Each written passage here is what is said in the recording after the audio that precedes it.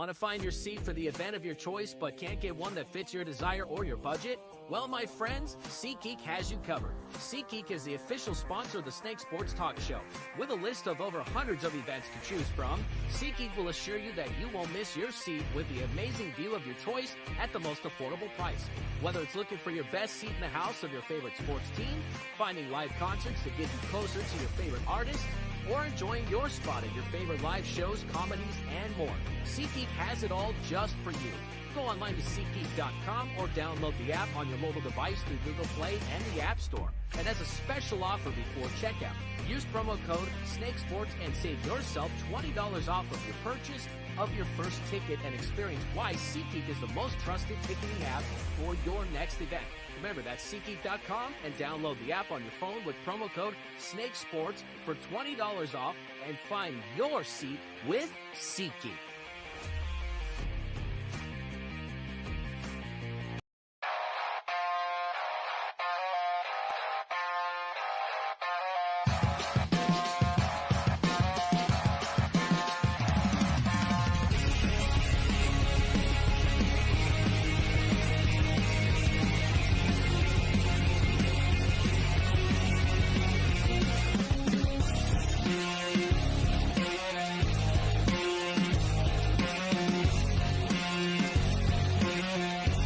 And now, broadcasting live from Las Vegas, the Snake Sports Talk Show with Jake Silva starts now. All right, ladies and gentlemen, we are back and we are live on a Wednesday. Happy hump day to all of you guys here. This is the Snake Sports Talk Show, wherever and however you may be watching and listening. We're live on all platforms, Roku, iHeartRadio, and all social media platforms known to man. Keep you up to date from future and past shows just by liking, following, and subscribing up to the show. Thanks for making us a part of your lovely evening here. Lots and lots to talk about, but we've had the best interviews thus far. John Chick yesterday gave us some great insights for the New York Rangers. I was absolutely happy of that, but the NBA playoffs is in full swing with the play-in tournament, and we got a lot to really unfold with that, but we also got some breaking news that has happened as well. We'll be talking a little bit about that here later on up on the show. So let's get to the matter at hand. And so first and foremost, my apologies, the first of my NBA bracket is basically disrupted. But I was right about the LA Lakers and against the Pelicans. Felt a lot like the Lakers could withstand the Pelicans, and the Pelicans would then have to fight their way in the play-in tournament to then get into that last seed in the NBA playoffs. So that I knew was a guarantee. And LeBron James, with his experiences and exactly with what the Lakers had been doing all season long, was just too much to withstand, even though they had no answer for Zion Williamson at all. They had no answer. The guy balled out 41 points. And again, this is just only heating up for what potentially is there to come for the Pelicans. But the story I want to get into is what I believe could potentially be the end of a great era, and that is the Golden State Warriors. So the Warriors, and I honestly thought that the Warriors would have withstand and would have lasted against the Sacramento Kings. Instead, I got the opposite. This team is starting to get old very quickly. Very quickly. And I think Bob Myers, the former GM, was very heavy on this and knew this was coming with this dynasty. Even said it before. The longer this dynasty continues to go on, it's going to be an ugly ending. Sure enough, it was. Klay Thompson, 0 for 10, did not show up at all in that night. So it felt a lot like everything revolving around Steph Curry was starting to get demolished. And listen, I have loved this Warriors dynasty for years. They've shaped up well. They were great when it came to the shooting perimeters. But at the same time, it's no longer the same. Not the same juice, not the same energy. It kind of felt like it's just becoming more of a senior home more than anything, with some assistance from some of the young guys like Jonathan Kuminga and multiple others. You have to now make a serious decision when it comes to the pivoting factor, because in the end, the Lakers know they've got some old guys and they're running out of time. The Lakers need to get younger. They need to get better. And how long is LeBron James honestly going to end up dealing with this mess with the Lakers? Because even winning against the Pelicans, they are not withstanding against the Denver Nuggets. That's my thought on it. For the Golden State Warriors, it's different. They've relied way too heavily on the shots, not entirely a brute force defense that eventually they did have years ago. So this is a dynasty now that has crumbled all the way to the very end, and I don't think that this is honestly going to get any better. So you have to make a serious decision if you're the Warriors. I'm not letting go of Steph Curry, because that has been the pillar of this organization now for the last few years. Steve Kerr, still a smart coach, great coach. I ain't getting rid of him. And to be honest, I wouldn't get rid of Draymond Green either. You still got to have somewhat of a defense to really make this team work. And I think Draymond has exactly that kind of brute force with whatever's left in the tank, but he's also helped offensively when you know you needed it, with second chance shots and with important points in time. So the Warriors know that they've got at least that covered, booked. But the truth is, this is not the same team. And I think a lot of this has to revolve around Klay Thompson. I loved Klay.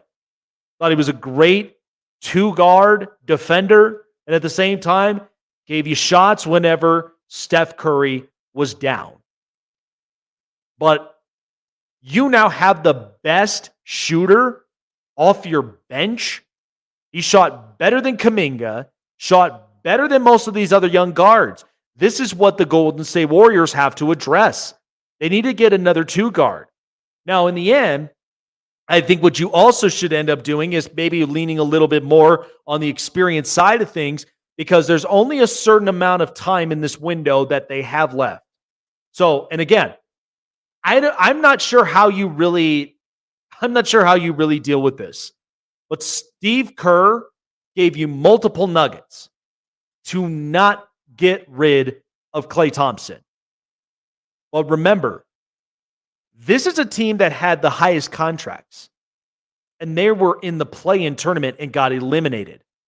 So there's going to have to be some serious talks and some serious evaluations, however that the Golden State Warriors really go about with this. But this was eventually the time that was going to be coming at some point, and now it's here. I love the Warriors. I do. I love with everything of what the Warriors have done for years. But times have changed. Things are not the same as they once were. I think arguably, whether you do or you do not decide to move on from Klay Thompson, something has to give. And by the way, you got to think about it this way.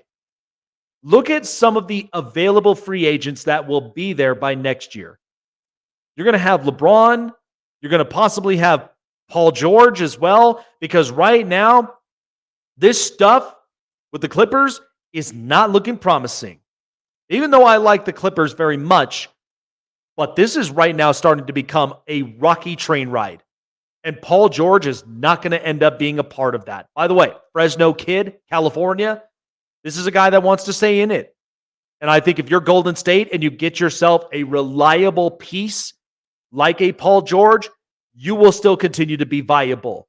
Because this team, as far as titles go, I don't know if it's still out the window or it's more about making the playoffs and just being threats in the playoffs, regardless if you win a title or not. But I think if you're the Golden State Warriors, you've got to blow this thing up. Something has to change. If Klay Thompson takes a team-friendly deal, he has to be okay with coming off the bench. He will then retire a Warrior because he ain't going nowhere else. But if you're Orlando and you're giving him $25 million a year, who knows what will happen after that. But you've already got Draymond's contract. You've got Steph's contract. And I think if you're Klay Thompson, what do? Take a team-friendly deal and kind of own up to the fact that right now you're basically a bench role player at this point in your career. Nothing wrong with that. You won titles, you won championships, you were well-respected in this league, and you'll be a Golden State Warrior for life. If you can honestly wrap around that, and I love Klay's character. The fact that he's okay with many of these kinds of scenarios and situations, but you're not going to give him another 4-year contract. It's just not happening. You're better off by getting a 2 or 3-year contract with Klay Thompson if that's the case. But other teams are willing to give him 4 years. That's fine. They need tickets to sell. They need a superstar. They need somebody that's going to be up and in the building that's going to end up moving a little bit of that piece. So I just think if you're Klay, this is hard to really kind of come amongst this, but I think this is it for the Warriors. This is definitely it.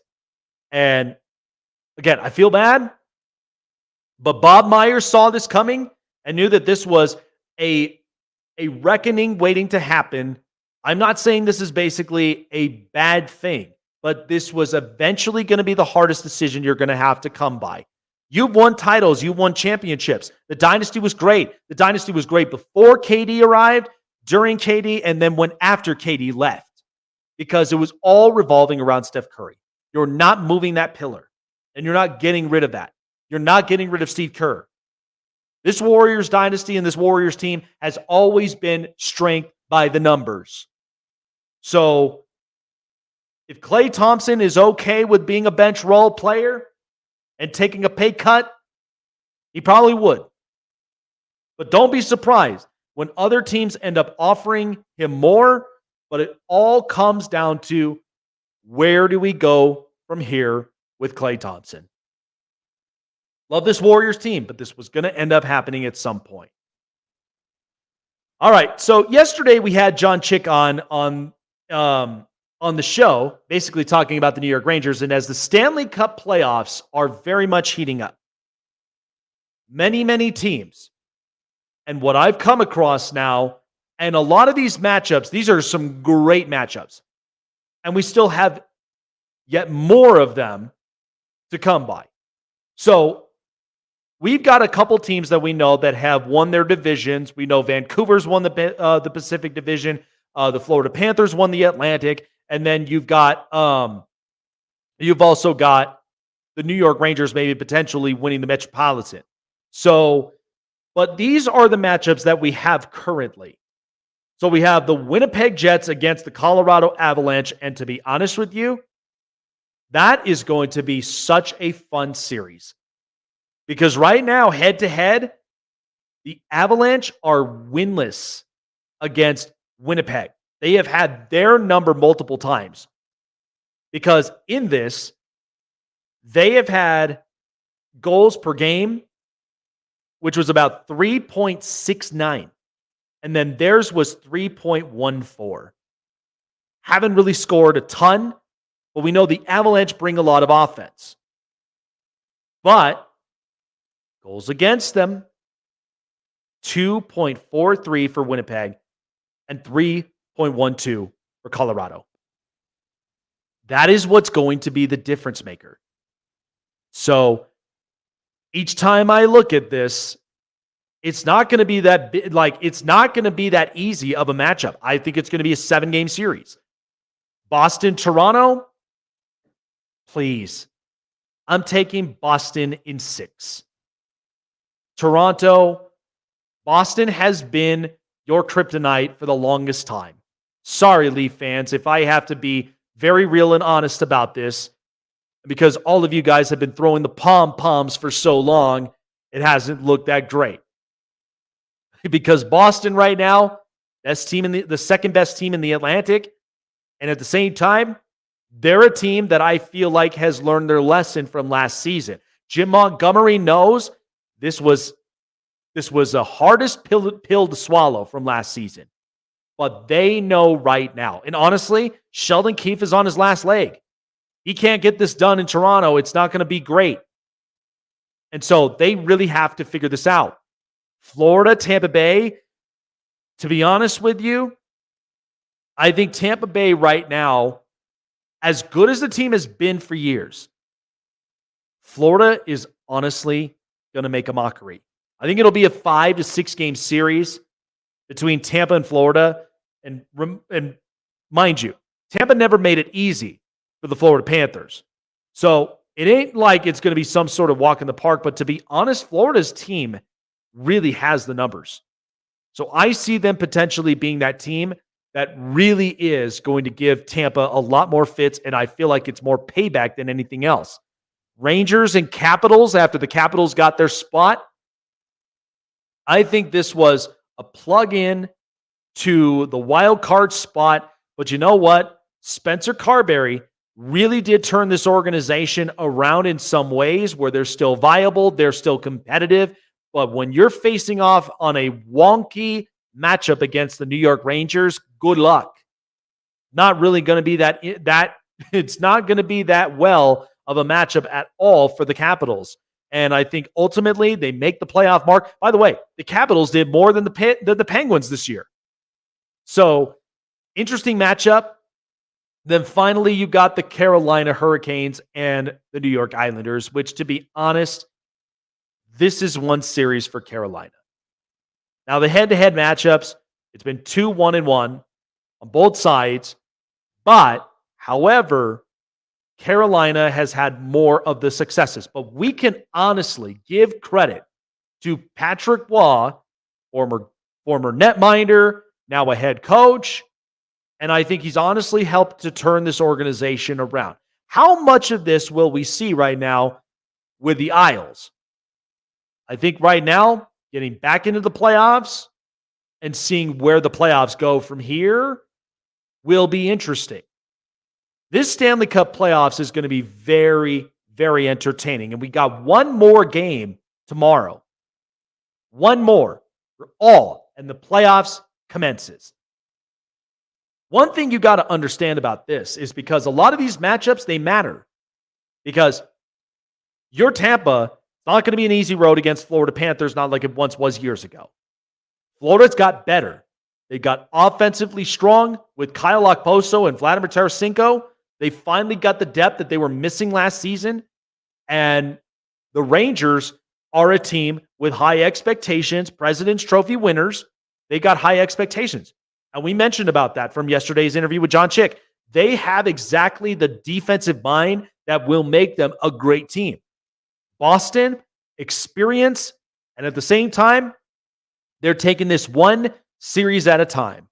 They learned their lesson from last season, being the top dogs in the Eastern Conference until eventually getting eliminated by Florida. But if you look at the rest of the series, I mean, Winnipeg and Colorado, good luck, Avs, but it'll be a 7-game series from here. And you've got to get on a real good streak and not expose yourself on the road.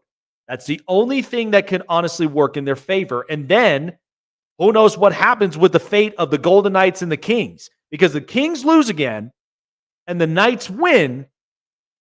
Knights are in the 3rd spot in the Pacific, and they'll be facing Edmonton, while Dallas will be facing the Kings. And to be honest with you, with the Golden Knights, I'd rather be facing Edmonton before I even face Dallas. Dallas has a target on them from last season's Western Conference Final, and they want payback just as much. And the last thing you want is the first game to be that pressurizing where they do not end up performing at their best. So I think personally, with the way that things have shaped up for the Edmonton Oilers, it's still a tough matchup. But even so, that's another team that's going to want payback. But it all has to come down to consistency. We were scared of that with the Golden Knights, but now they're going to get Mark Stone back, hopefully by game 1. And the Knights, who knows what we'll see. If you're going to see a different Golden Knights team in the playoffs, I will not be shocked. This is what they've come to be. But as far as the Kings are concerned, they fired their head coach, replaced him with an interim, and things were different after that. So, regardless how you look at this thing, I think the Stanley Cup playoffs is going to be the most entertaining one, and they've always have been. But the pressure's all on a lot of teams' shoulders, especially the big ones that cannot afford to lose, or ones that will surprise you in some ways, and who knows how long that is going to ride. But you've got a lot of smart, experienced teams in this playoff, so I'm not surprised by that. But again, it's a different showing in the Stanley Cup playoffs than it is in the regular season, and people realize that. So we'll see. The Stanley Cup playoffs, man, it's going to be a different atmosphere, and I'm excited about it. With the last game of the season for all teams tomorrow, we'll finally shape up, and we will finally see who our opponents are and what to come by. By the way, I will have an NHL bracket. So make no mistake, once everything is set, I will have an NHL bracket, plus I will have a top 10, because I'm waiting too for this play-in tournament for the NBA, and I'll have an NBA top 10 as well throughout the entirety of the playoffs. So coming up next, breaking news that has basically come out, and it's got to involve the LA Chargers, because they've got huge decisions to make in this draft. But I think with this signing, it's not as huge or significant. But this is building for something that I think we have not seen in a long time. What that is, I will explain it coming up next. All right, folks. Well, as we said, with playoffs kicking up around the corner, you already know how I feel about the playoffs. I'm excited about it. NBA action still going on. Stanley Cup playoffs are awaiting, and we will soon have that set. But the best way to do so to get you geared for the playoffs, check out BetUS with all the best betting lines in their number one sports book that they have been carrying now for over 30 years. Most trustworthy betting lines and expertise and analysis as well to get you geared up for the playoffs.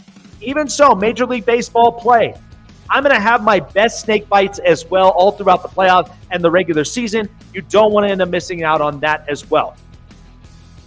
Partnered with BetUS. When you guys sign up with $50 deposit or more, you'll get 200% in bonuses and 30 risk-free bets when you join. Link in the description. Sign up now. Check out the sportsbook for yourself, and also entertain yourselves in the best casino plays. Mind you, any of those that have gambling issues, call the numbers that are given there in the description as well, helping yourself and helping your loved ones as well. But in the meantime, get yourself geared up, play responsibly, and bet with the best sporting books lineups in the country. BetUS, where the game begins.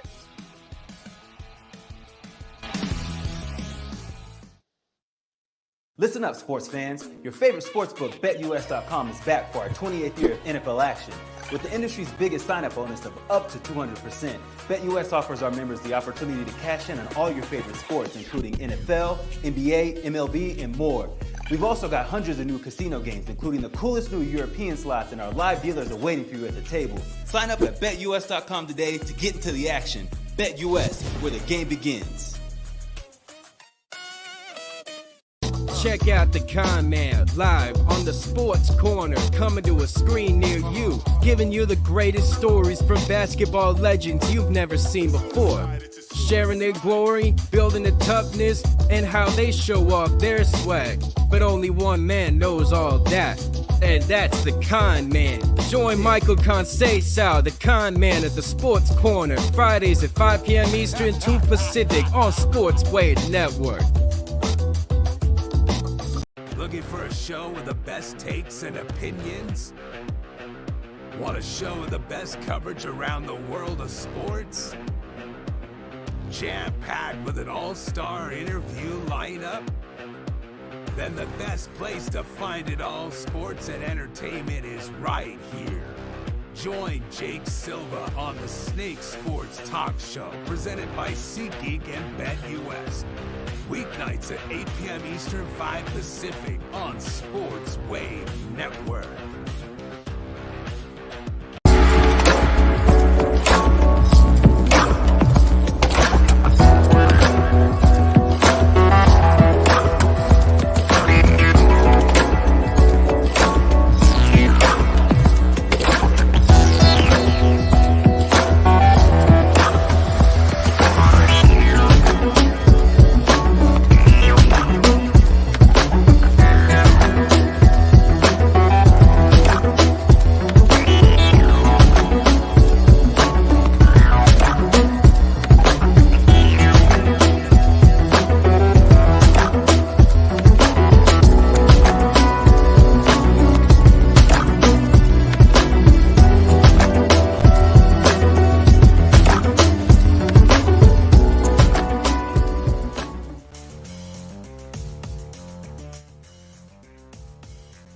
Don't lose your seat today when you go online to SeatGeek.com or download it on the mobile device through Google Play in the App Store with many playoff tickets that are available now on the market.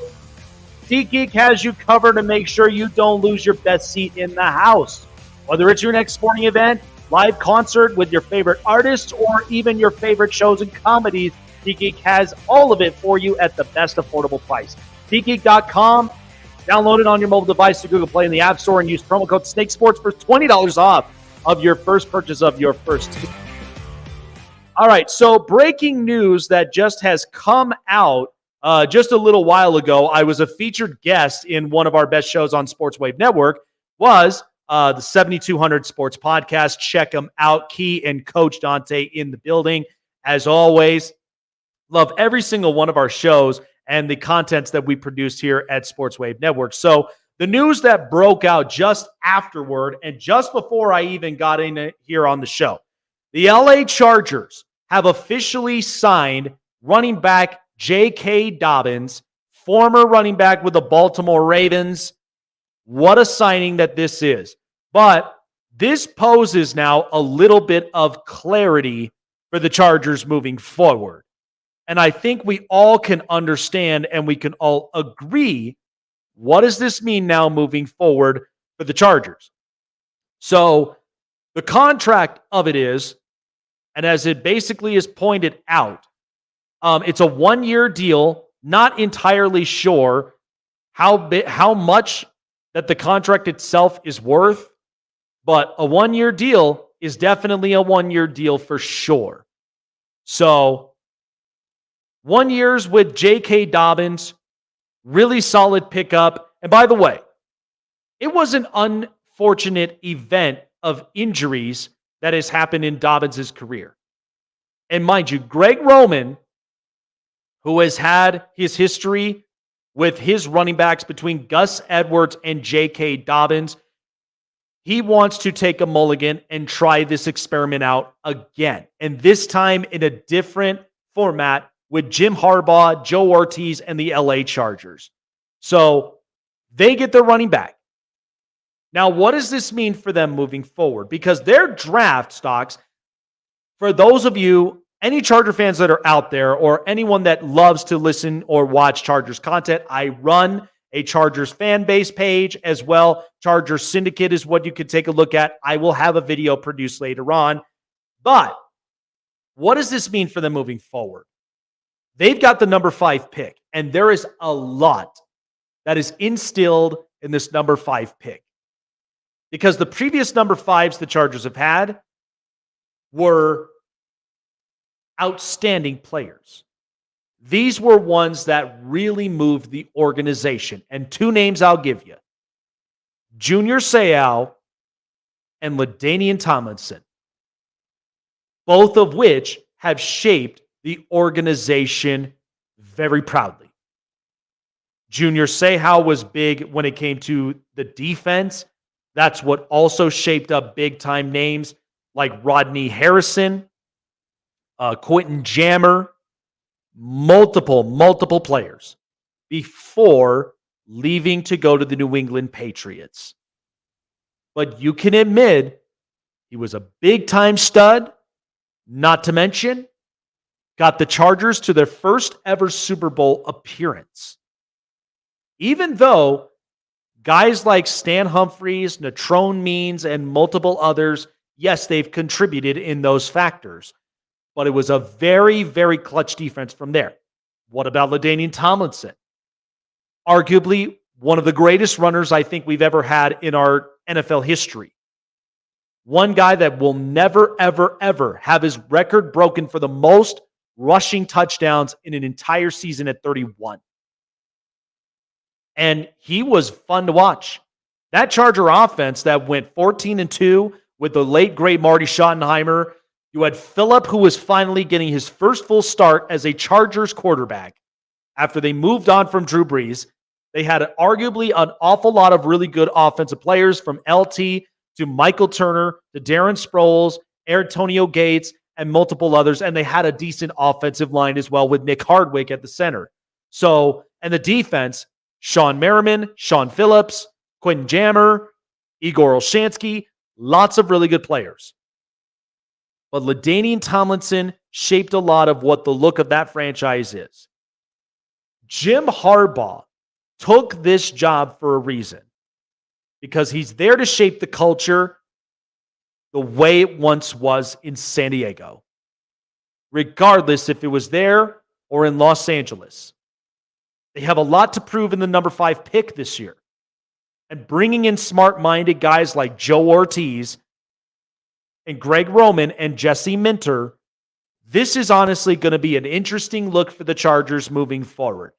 People are very skeptical and scared about what will happen if Greg Roman is the offensive coordinator and has to instill the run majority of the time.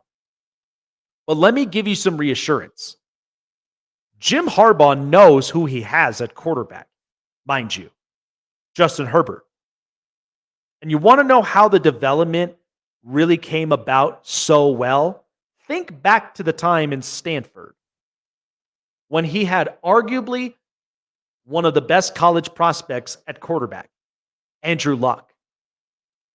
Do you honestly believe that they're going to do majority of run and just say, forget about the pass? I don't think so. Jim Harbaugh is not that naive. He's not that kind of coach that doesn't realize what he has in Justin Herbert. And just because Greg Roman being the offensive coordinator does not mean Jim Harbaugh will not instill different offensive schematics that will help to boost it. You are talking about a former quarterback here. Sometimes former quarterbacks really do make great offensive coaches. They do.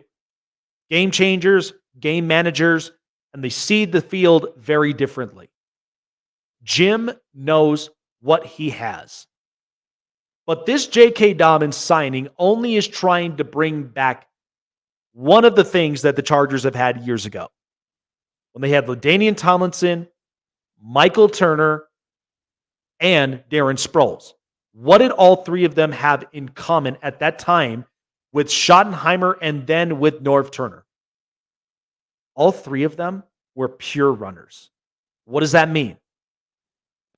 They stuck to the ground. They were the kind that, if you had LaDainian getting majority of the carries, Michael Turner was somebody that would basically pop up out of the gun and give you quality rushes from there. He gave you first downs. He also gave you some real good red zone efficiency. And the other one who was very, very specialized in that, but also worked with the special teams, was Darren Sproles. The mini bomb. That's exactly what he was. A guy that basically bursted out of the cannon and gave you the quality, efficient runs, even as a special teams guy. It didn't matter, at least with the size that he was at 5'6", but he had the legs, he had the elusiveness, and he was able to give you more yards. I believe this is what Jim Harbaugh is trying to bring back. He's trying to bring back this running cast, which once had LaDainian Tomlinson, Michael Turner, and Darren Sproles. Look at the running room you have right now. You now have added J.K. Dobbins into this mix with Gus Edwards as your power back, and then have a couple others. You may end up drafting another running back at this point. But you want to know who they are potentially having their eyes set on, potentially in the late rounds by the third, maybe potentially the fourth round? That is going to be Blake Corum. This is all setting it up together for Blake Corum to come in, be a part of this running back committee, and he will build to be the best pure rusher. Because the Chargers, if you really think about it, nothing against Austin Eckler, but he was more of the pass-catching running back than he was of a pure rusher. Even though he got yards up on the ground. But he was not giving you 1,000 yards rushing every single year. Didn't happen. He's not giving you like what Derrick Henry gives you on a daily basis.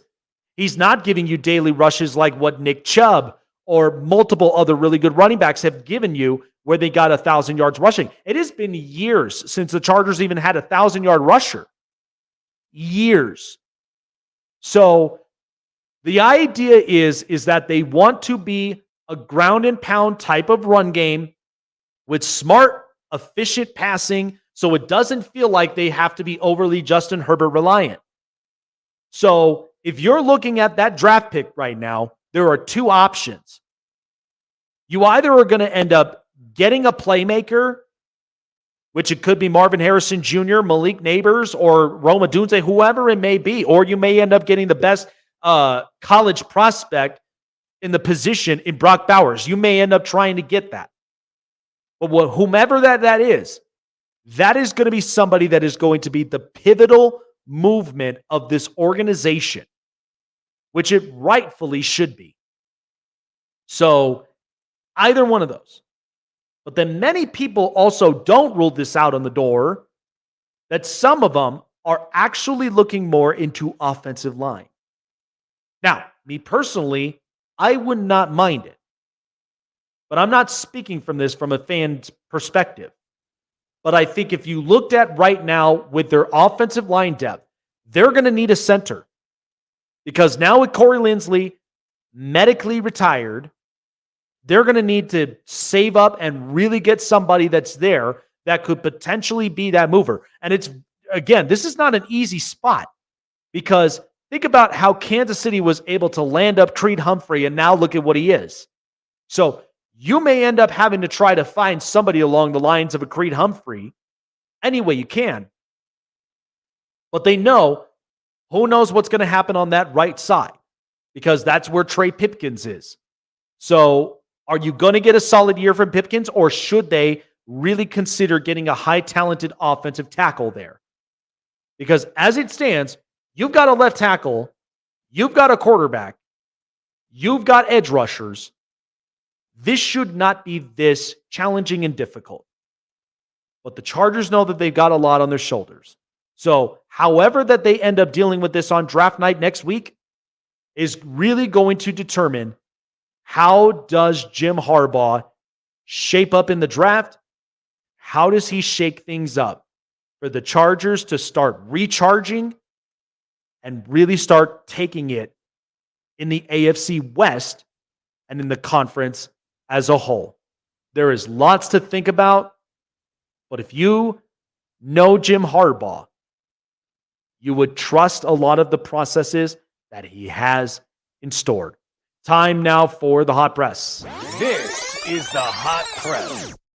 All right, well, there has been at least a couple of news, and of course, as we know right now, where the Chargers ended up getting J.K. Dobbins. Good stuff as well.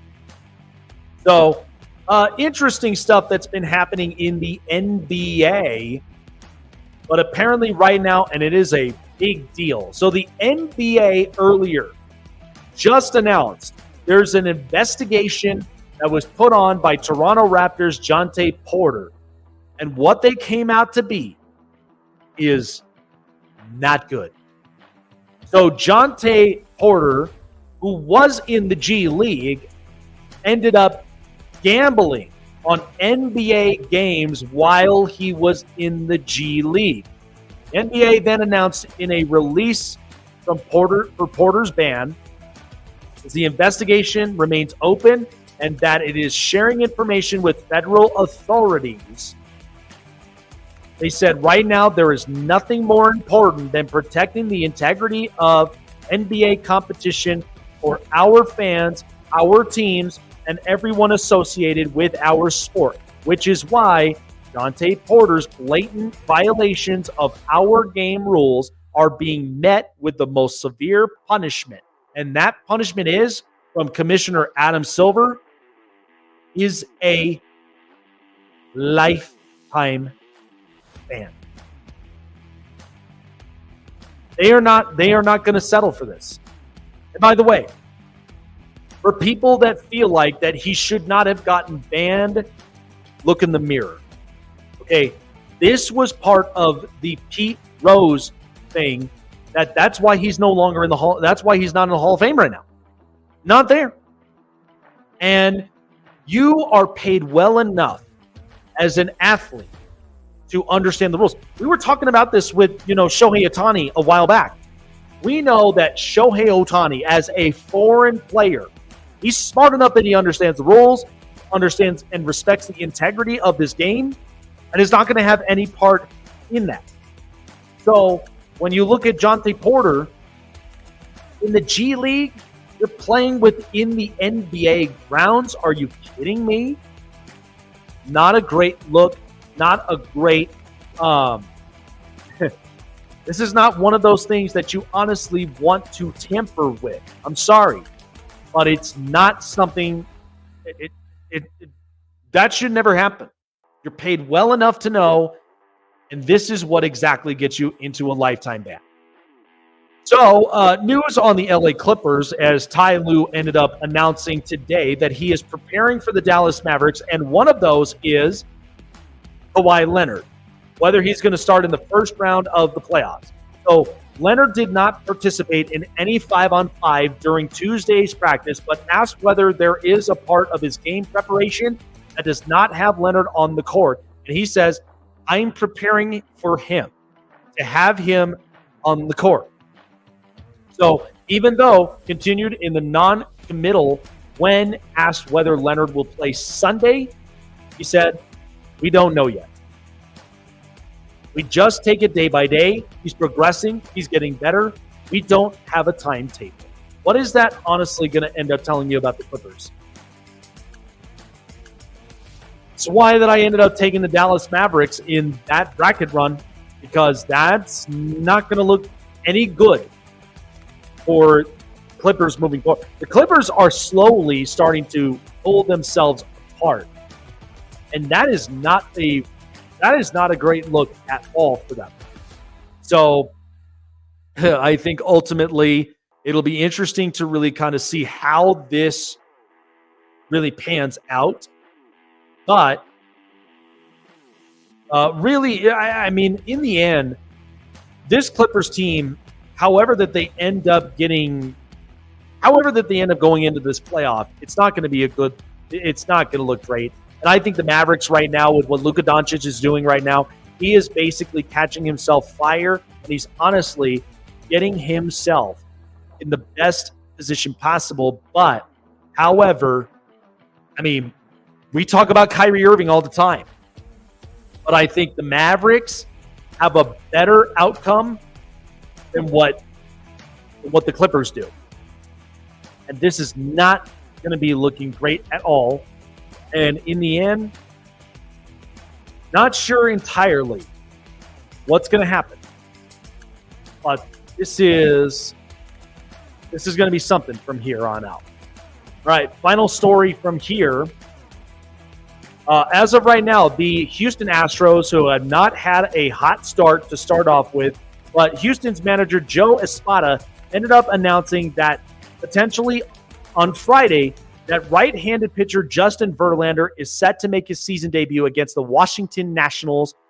And he basically said, quote, getting him back is huge because it brings a level of confidence to our team, a boost of confidence that we're going to get someone who's been an MVP, a Cy Young winner on the mound.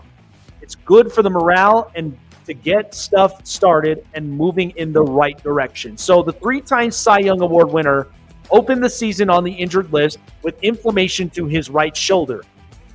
He made 2 rehabilitation starts, first for the AAA Sugarland on April 7th, and then the second for AA Corpus Christi to make his way back into Houston. Now, Espada didn't mention how many pitches Verlander would end up throwing, but would be limited, but they'll keep an eye on his workload. So Verlander, the 41-year-old, interesting to basically see what will happen and how things are going to honestly turn up. But the Astros right now, not in a hot spot as they want to be in, but as of right now, it'll be interesting to really see how all of this kind of pans out in the middle of it. So, but again, the Astros, I mean, it's the start of the season, so anything could basically happen up to this point. But we're still in the middle of April, and I'm not worried about how this is honestly going to pan out, but it will be interesting moving forward from here. All right, well, that was the hot press. This is the hot press.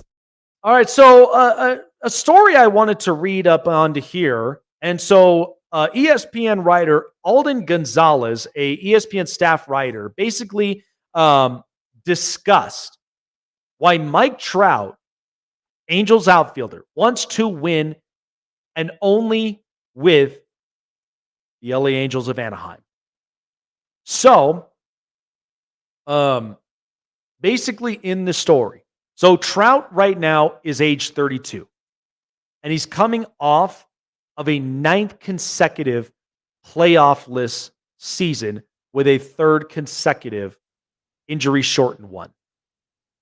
So he basically was in Bridgeton, New Jersey, meeting up with Ron Washington and in the first meet. So when Washington was hired a month earlier, drove up to Mike Trout's sprawling custom-built mansion along his 2 new outfield coaches, Bo Porter and Eric Young Sr.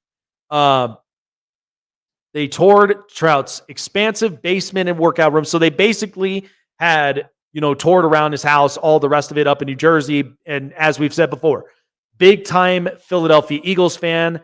He's grown up around in that small town. And in the end, Mike Trout, he's very well respected in the area. So a few questions basically put up. So they talked about where Trout was coming off the injuries and coming off of the playoff-less season. So less than a week earlier, Shohei Ohtani, who once provided Trout with the best chances at the October run that famously eluded him, left to go and join the crosstown LA Dodgers. But Trout, who attended the meeting, said didn't spend much time lamenting. He pushed forward. He prodded the new staff about his vision, talked constantly about a desire to run the bases more freely, and emphasized what he has consistently said publicly. So that he not only yearns to win, but that he wants to do so with and only with the Angels.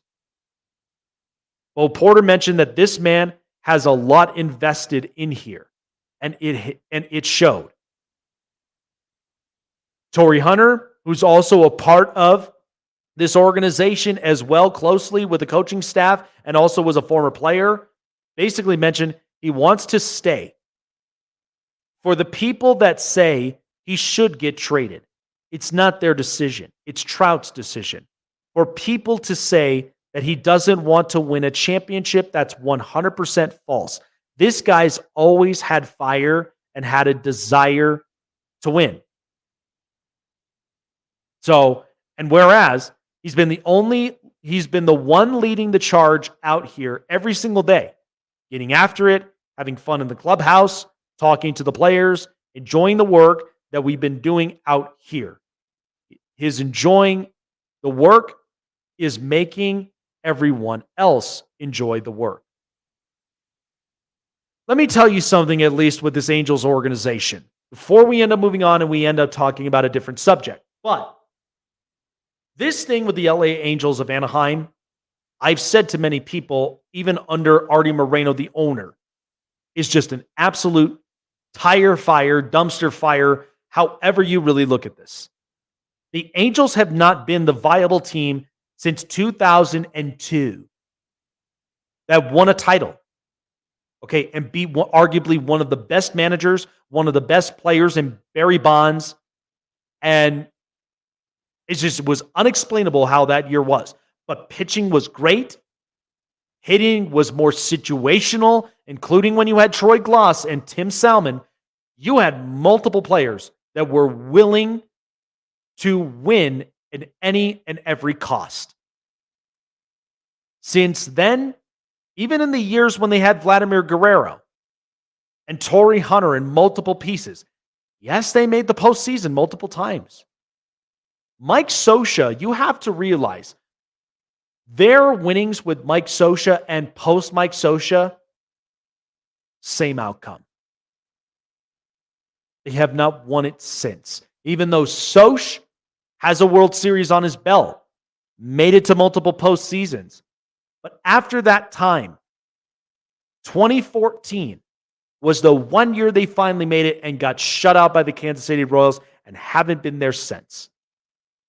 They've been the most expensive, most talked about organization in baseball, and yet have never been able to get over that hump. Never. Not with Shohei Ohtani, not with Albert Pujols, and not even with arguably some of their best. Not even with Josh Hamilton at the time, and things really fell off they really fell off the wagon here.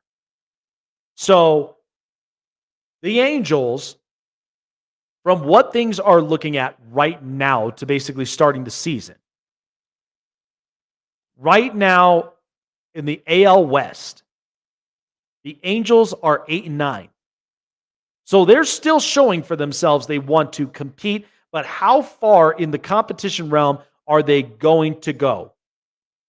Because if you look at the rest of the American League, Yankees are rebounding back from an embarrassing season, and now that they've got Juan Soto, they've got a decent pitching, not really to the liking of my own interest, but it's better.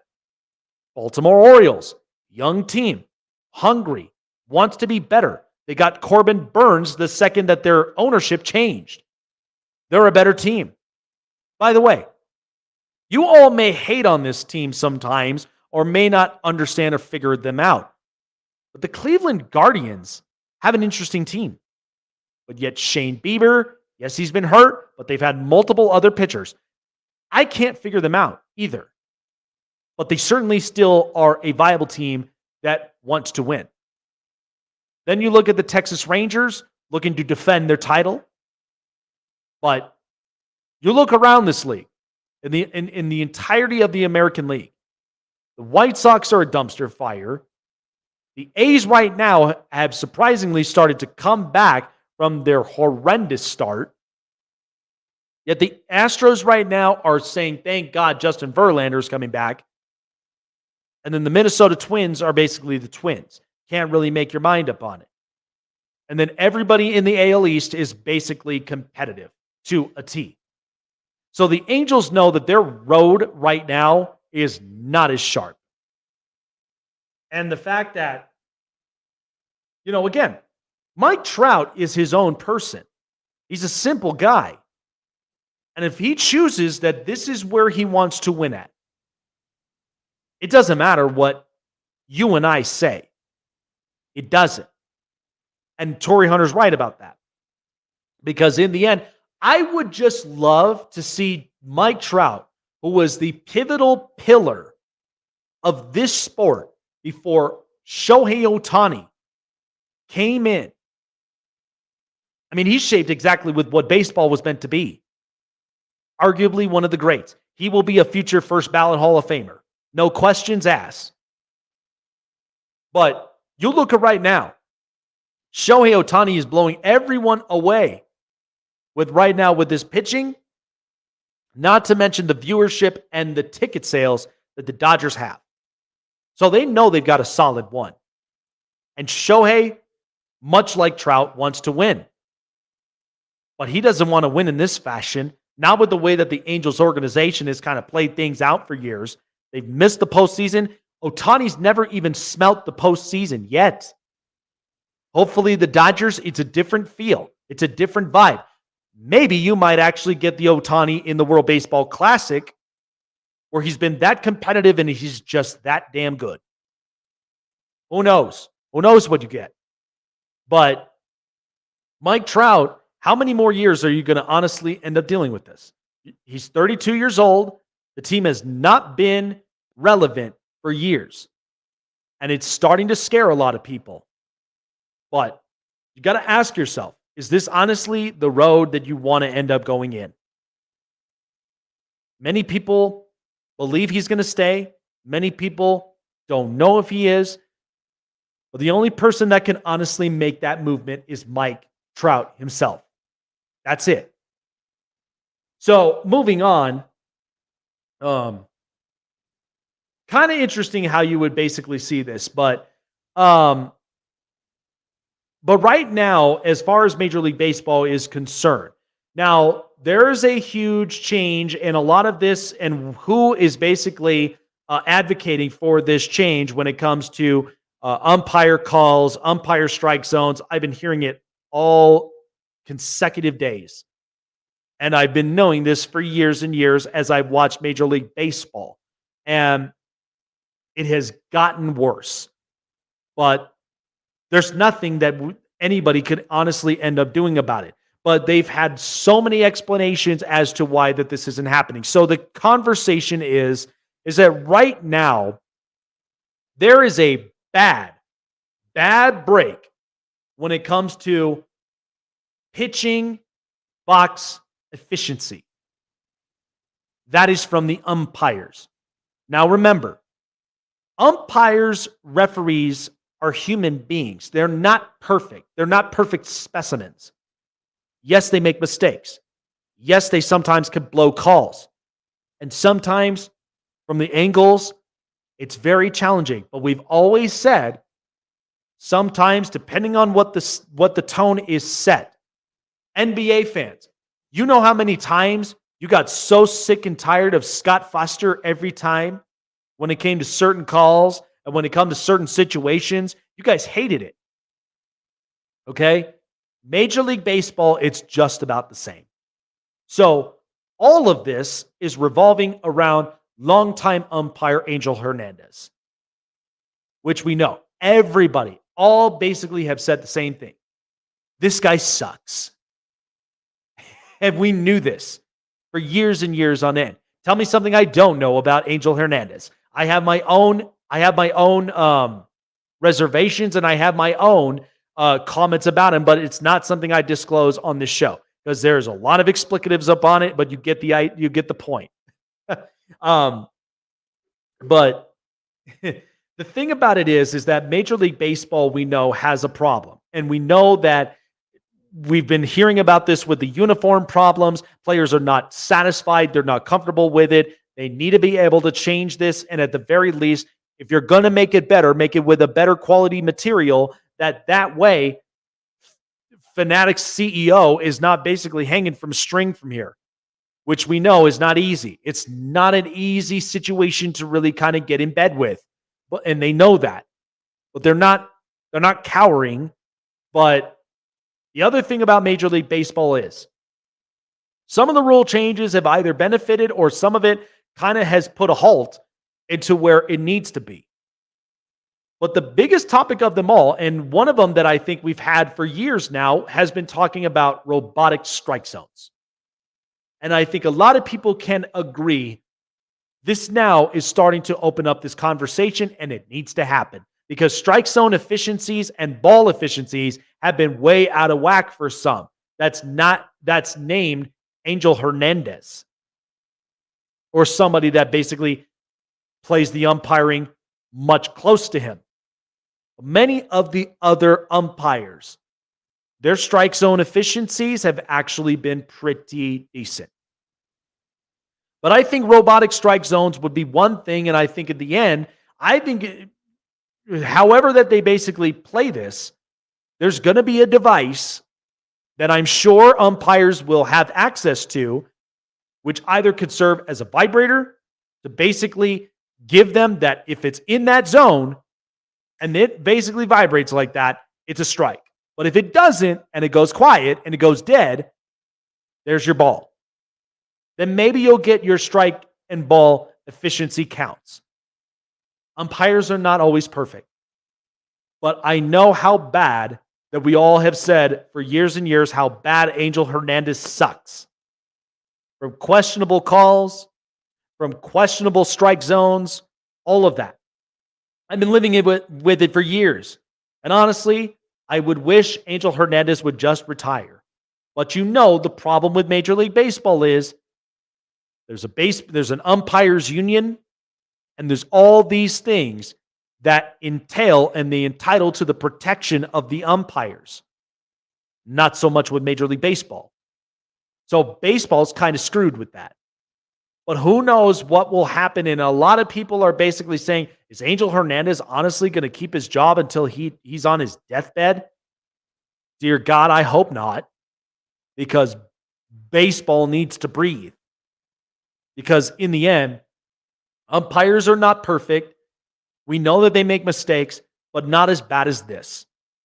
I've watched for years and years and years with baseball, and I've seen many instances where there is atrocious calling, and it sucks.